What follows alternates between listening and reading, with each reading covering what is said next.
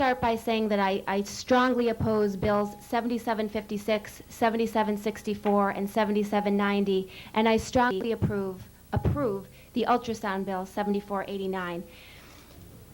I really find it abhorrent that these women from Planned Parenthood, now Representatives Agello and Rice, can sit here and say with a straight face about how much that they want to help women. I want to remind everybody that half of the human population is female. And if you do the math, you can then figure out that half then of all of the abortions performed, half of all the babies killed are women. And I want to ask you, how is that helping women? By not even giving them a chance to be born? I mean, who are we to say that these babies don't have a right to be born? It was God that made them with the cooperation of our parents. But we don't have the right to say, well, we're killing you because you're not convenient. You know, they simply won't acknowledge the fact that this is a baby. And I want to tell you that these quote-unquote doctors, and I refuse to call them doctors because I'll remind you, too, that a doctor takes a Hippocratic oath that they have to save lives. And this is the opposite of that. This is literally killing perfectly fine babies that, you know, from the moment of conception on, nothing new is added to us besides oxygen, nutrition, and time. These babies have arms and legs they have a heartbeat by 18 days, arms and legs by 7 weeks. By 8 weeks, they're sucking their thumb. They can hear, it's just us, just smaller. And, I mean, we all develop over time. We're continually developing, but the whole time we're a human being with the right to live, and nobody should be able to take that away. I want to say, too, how can you call this abortion care? Listening to them call it care. Would you call going into a woman's womb and literally tearing out her child, that is care in this country? They don't even do that sort of barbaric acts in some of the pagan cults in ancient Europe. I mean, this is really sick. This is like, if people don't understand, and we've passed out some flyers where you can see, which go over some of this, but the abortion methods that they use they literally have to go in and they tear off with the forceps. They first tear off the legs of the baby, then the arms, and then they crush the skull. And for larger babies, they use saline, which they inject, and then the baby has to swallow the saline, and they slowly burn to death, a agonizing, painful death.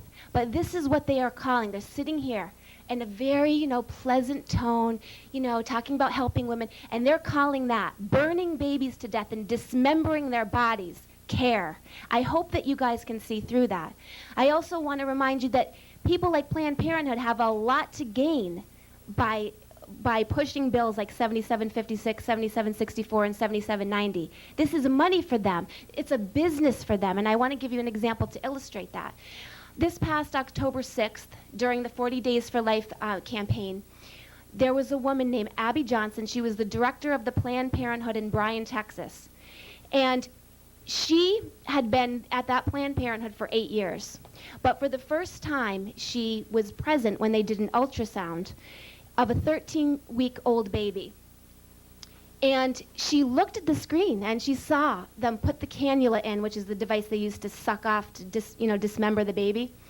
And she saw the baby run away, like literally desperately try to get away from the cannula. And then she saw them literally, the baby just, got ripped apart and dismembered and died. And she just said, it was just like a flash that hit me. I thought, what am I doing here? This is completely wrong.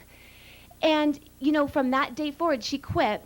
And she has now become a major advocate for the pro-life movement, along the lines of Norma McCorvey, like Steve mentioned, and many, many, many others, like Alveda King, the niece of of Martin Luther King, who had abortions herself and then realized the lie that she was sold. Now, Abby Johnson, the former director of Planned Parenthood who quit and resigned, she was then, of course, sued by Planned Parenthood right away. They didn't want her to be able to tell anything about, what she saw there on a day-to-day basis. And she revealed that Planned Parenthood was pushing her every week at their staff meetings to get their abortion numbers up, and that is where their money is. That's where they get their money. They get about, an average of, say, $700 per abortion. It's anywhere between 500 and 5,000, depending on, where you get it. And this is a big business for them. They can't afford their abortion numbers to go down. People who are watching this in Rhode Island understand that these bills are being put in not to help women in all of these, rare cases that they throw up because they figure that's going to make people think, oh, that's terrible. They're doing this because they want to make money. They want more abortion business. If they can get the parents out of the way, if they can get the spouse out of the way, that's great, because that's one less impediment they have to their next $700. I want to conclude with a personal story, a true testimony of what happened that I saw personally. And this happened this past August in front of the Planned Parenthood of Rhode Island. I'm going to protect the name of the girl. I'm going to call her Grace. That's not her real name, but this happened, and this happened in August. I'm not going to give you the date either. I don't want people to be able to find out who it was. And Chris and I were in front of the Planned Parenthood, and we were praying, and we were there. I guess we had been there maybe about 2 or 3 hours, and suddenly we saw a girl. I guess she was about 19 years old, and she was sort of just standing against the building, and I went up to her, maybe a couple feet away from her, and I said, are you waiting for somebody, like a friend inside, who's thinking about having an abortion? And she said, no, I was going to have an abortion, but I changed my mind. And she started crying. And we hugged her, and we, comforted her, and, but she had already made this decision on her own, okay? She had made the choice not to kill her baby. And we told her we thought that was a great choice, and we comforted her and gave her support. Well, immediately after they saw this hug, they must have had this all in surveillance. They probably realized that one escaped.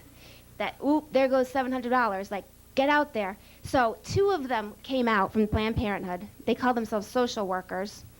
And they said, get away from her, you're bothering her, you're upsetting her, which was the opposite of the truth. She was crying because she realized she had almost killed her baby. I mean, murdered her own baby, who would, could grow up to be, cure cancer, cure AIDS. Every single person is a valuable human being that God has said is gonna, I'm giving you life. Who are we to say, no, I don't want that. That's inconvenient for me. Anyways, so they called the cops, which was good, because when the cops came, they were able to keep the Planned Parenthood people away from Grace. But in the meantime, we went with Grace down the corner, like over by Olga's Cup and Saucer. And we sat with her just on the corner, way away from Planned Parenthood. We actually got her on the phone with David O'Connell from Catholics for Life. And he was able to explain that he could offer her help, food, clothing, diapers, anything she needed. So she realized that she wasn't alone, and that, there are resources there. You don't, when you're in a desperate situation, the only option isn't, well, let's, murder your baby. That's going to make things better. So we were waiting with her until her mother came to pick her up, and we wanted to, make sure that they weren't able to pull her back in. We wanted to protect her. Well, the Planned Parenthood people then came, more of them, like a pack of wolves, down. Now, they're not even anywhere near their building. They're down by, down the street, coming after us. And they're like, you don't understand. We're trying to help her. They were trying to pull her back in there. And I was like, no. You're all for women's choice, right? She already made her choice. She doesn't want to kill her baby. Like, move along now. And then they were, decided how they're going to fix this and everything. And that might have been when they called the cops. It was at some point in there. And one of them, I didn't say anything to prompt this kind of response. It was really random. All of a sudden, she just swirls around and she looks at me and she goes, your God is dead. All right? And where did that come from? I want people to understand what we're dealing with abortion. It's not just people. This is like principalities of light and darkness. It's a demonic thing to slaughter and, sacrifice babies. It's not a normal, like, kind of under the umbrella of health care and, caring and helping women like they desperately want you to think. And I didn't say it, anything to prompt that. I didn't say, our God is alive. Of course I said it after. And I said to Grace, did you hear that? And she said, yeah, I did. And I go, I'm so glad that social worker said that, because it was like the mask off of her evil, like, slipped for a second. And Grace was able to see what they're truly about. Well, when the cops got there, it was good because they were able to keep the Planned Parenthood people away until her mother came and picked her up. Well, we called her. We were kind of afraid to call her because we didn't want to, the mom had like a Obama bumper sticker, and we thought, oh, this could be bad because, for anyone who doesn't know, Obama is like the abortion president. And I can give you numerous examples, but in expediency, I'm going to just stick to this story.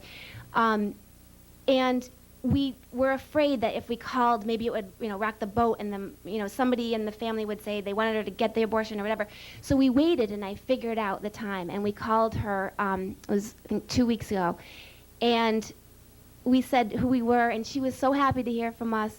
And one other thing, when we were still there at the clinic, Chris had said, I had a pink rosary with me that we were praying, and Chris had a blue one, and he said, why don't you give her your rosary? So we gave Grace my pink rosary, and I remember saying to Chris right then, I bet you anything that that's a sign that God's giving us that that's actually a girl.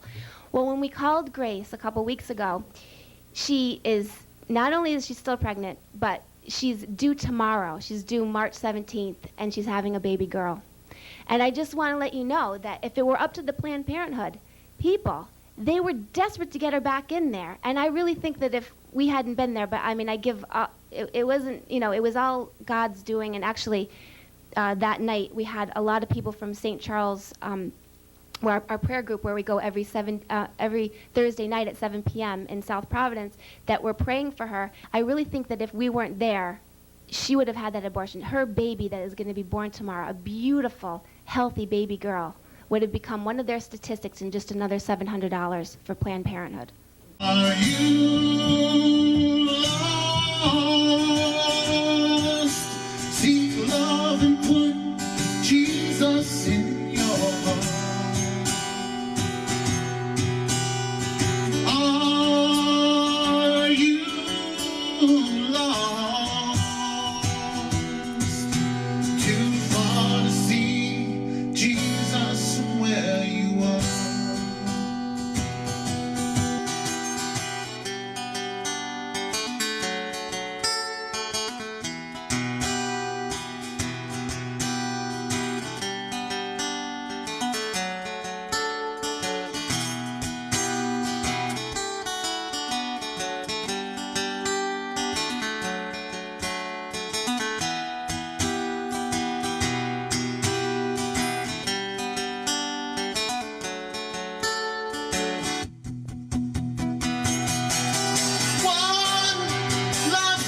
Just went wrong. One in love who wasn't strong, didn't turn and walk away. Did you love me for a while? Did I make you laugh or cry? Need your love, I need your love. Go, get it! Do it over, please. Let's do it over, please. I need your love, I need your love. God, give it one love that just went